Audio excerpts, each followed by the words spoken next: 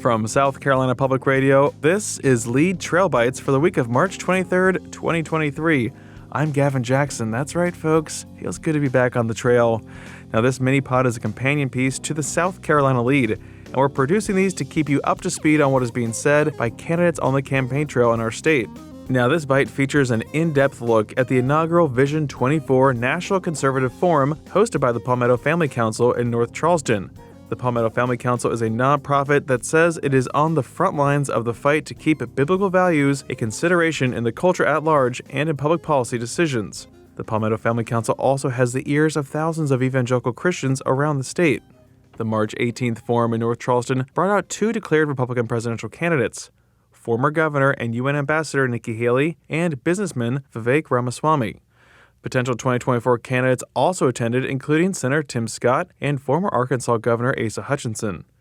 Other politicians that spoke include Senators Lindsey Graham, Marsha Blackburn of Tennessee, and John Kennedy of Louisiana. Former Hawaii Congresswoman Tulsi Gabbard and Alabama Congressman Mike Rogers were also there and spoke. They could be potentials, but who can officially say?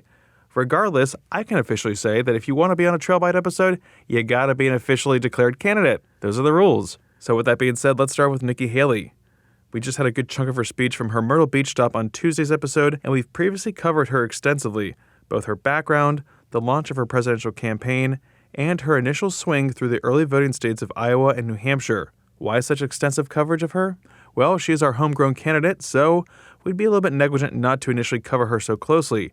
As you can tell, I haven't been back to those states, but we will be a few times in the future, especially if another homegrown candidate gets in the race. Looking at you, Senator Tim Scott.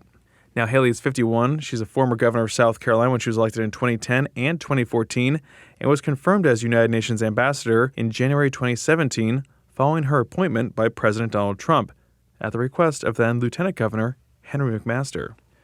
She chose to use her 20 minutes on stage fielding softball questions from Columbia International University Chancellor Bill Jones, who at one point said Haley is so nice and then asked her how she can be such an effective fighter. No, when you're born in South Carolina, you learn how to kick with a smile, right? So, I mean, it's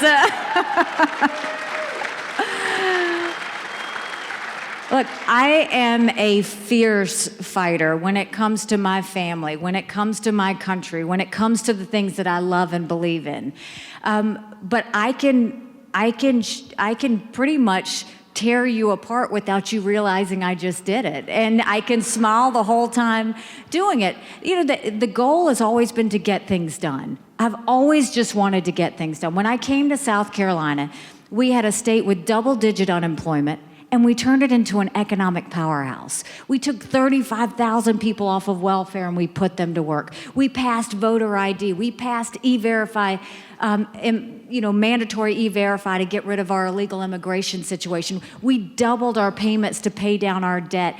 We reduced welfare by 54% and food stamps by 11%. We really made South Carolinians proud. And when I went to the United Nations, we took the kick me sign off of our back at the United Nations. You know, we that would needed to happen.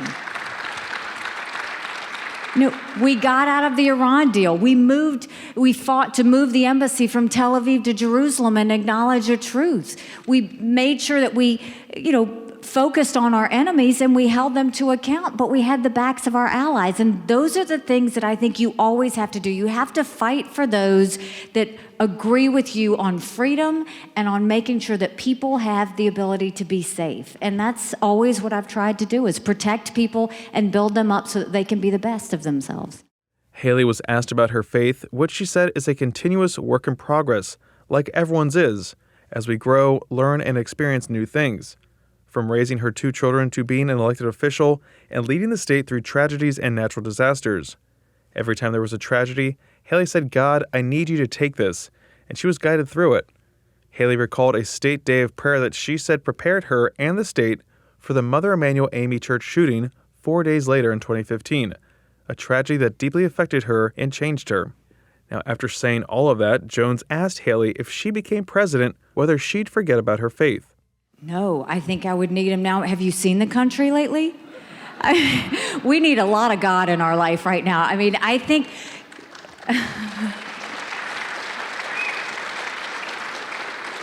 we need God more now than I think we've ever needed him. And I think what you have to remember is when you do something like this, you do it with humility. You do it with the idea that you want to go and lead in a way that God would be pleased. You want to go and lead in a way that lifts up everybody, not just a select few. You want to go lead in a way that brings out the best in people. That's the goal, is you want everybody to be the very best. When we had that, all of those tragedies in South Carolina, it was the best of South Carolina that came out every single time. And that's what a leader's supposed to do, is always dig deep and find that. And you do that with your faith, and God guides you through that. As for where things stand right now in the polls, well, they're a little all over the place. National polls don't really track how things are going concerning the polls that do matter are those in early voting states, like New Hampshire, Iowa, and here in South Carolina. More than a month into her bid, Haley is in the high single digits in many of those polls. She's competing with former President Donald Trump and presidential hopeful Florida Governor Ron DeSantis, both of whom are sucking up all the oxygen at this point in the race. But Haley had this to say about those early numbers. What I can tell you as a fact, the poll numbers you see today are not going to be the poll numbers you see a year from now. The big topics that everyone touched on and decried at the event were wokeism, woke culture, and the ongoing culture wars and cancel culture. No one spoke more on this topic or more passionately than 37-year-old Vivek Ramaswamy. He's a political outsider and successful multimillionaire biotech entrepreneur and asset manager, as well as author of the books Woke Incorporated and A Nation of Victims. Vivek is the son of Indian immigrants. He was born in Cincinnati, Ohio, and graduated with a biology degree from Harvard and also obtained a law degree from Yale. We already gave you his comments earlier this week on former President Donald Trump's pending indictment, but here's part of his speech before the Palmetto Family Council's Vision 24 National Conservative Forum. When your race goes from being about your skin color to being about the content of the ideas you're allowed to espouse, then any disagreement with those ideas automatically makes you a racist. And there is no greater damnation in modern America than to be called a racist. So when given the choice between pledging allegiance to this new religion and being tarred with the scarlet R, everyday Americans are choosing to bend the knee. And that's what's created this new culture of fear in our country. Fear of losing your jobs, fear of your kids getting a bad grade in school, fear of becoming a pariah in your own community. And that culture of fear is really what's eroded our culture of free speech in America. And if you ask me, the best measure of the health of any democracy, especially American democracy, is the percentage of people who feel free to say what they actually think in public. See, that's the first of these cults I was going to tell you about. But there's a little bit of a coincidence in America because there's a second cult that arose right at the same time. That is the cult of gender ideology in America. And this cult has two key commandments that it espouses, okay? The first commandment is that the sex of the person you're attracted to is hardwired on the day you're born, because it had to be in order to be a civil right. But at the exact same time, it also asks you to believe that your own biological sex is completely fluid over the course of your lifetime.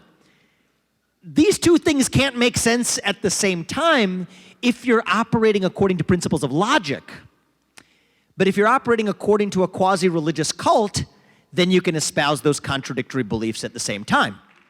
Ramaswamy said that the Ukraine conflict was not the number one matter on the international stage. Rather, it's China. Ramaswamy did respond to Fox News personality Tucker Carlson's 6 questions on Ukraine, and he said that he would limit any further funding or support to Ukraine as president, adding European allies need to do more, a lot more. It's their backyard, it's their borders. Ramaswamy also said it's not vital to oppose Russia while stressing it is vital for the U.S. to have energy independence, insisting that had Europe relied more on the U.S. for oil and gas instead of Russia, the invasion might not have happened. Now, Ramaswamy in North Charleston, however, elaborated more on China and other threats. It is to declare independence from communist China. That is the Declaration of Independence of our century. It is what Thomas Jefferson would have signed if he were alive today. It is what I will sign if I'm elected as the next U.S. president. Because you know what? unlike the Soviet Union in the last century, we depend on our number one enemy today for the shoes on our feet and the phones in our pocket. How we got here is a complicated story we should all be ashamed of and learn from, but we are where we are. We're in a codependent relationship with China. Codependent relationships do not end well. The only question is who ends it first. The sooner we end it, the better for us. The longer we wait, the better for them. We need the courage to think on the timescales of history, not on the timescales of just our short-term election cycles. All right, the easy stuff is easy. You abandon the climate cult that shackles the United States while leaving China untouched. You use the U.S. military to actually secure our own border from the Chinese opium war of the fentanyl epidemic that floods our country. You use it to actually take out and annihilate the cartels south of Mexico rather than fighting people halfway around the Atlantic on the other side of the world. You use it to fight digital fentanyl in the form of TikTok that's polluting the minds of our next generation. If you can't smoke a cigarette by the age of 18, you shouldn't be using an addictive digital fentanyl since the age of 14 or 15 either. This is the easy stuff. And there you have it, folks, your first trail bite of the 2024 trail. Not so hard, just lightly easing in here. And we're back in the swing of things, and we'll be bringing you these bites from candidates as they come through our state and as we can get to them. Remember, I'm one person. We want to give you as much information as possible about where these candidates stand on issues and what they're saying to voters like you around our state. You can find more Trail Bites, lead episodes, and all things SC 2024 on scetv.org/SC2024. We're going to be adding a lot more content there over the coming days and weeks, but scetv.org/SC2024 is your home for what's happening on the 2024 Road to the White House, which runs right through South Carolina. I'm Gavin Jackson. Thanks for listening. And now for the wind down. I'm just kidding. There's no wind down on the Trail Bites.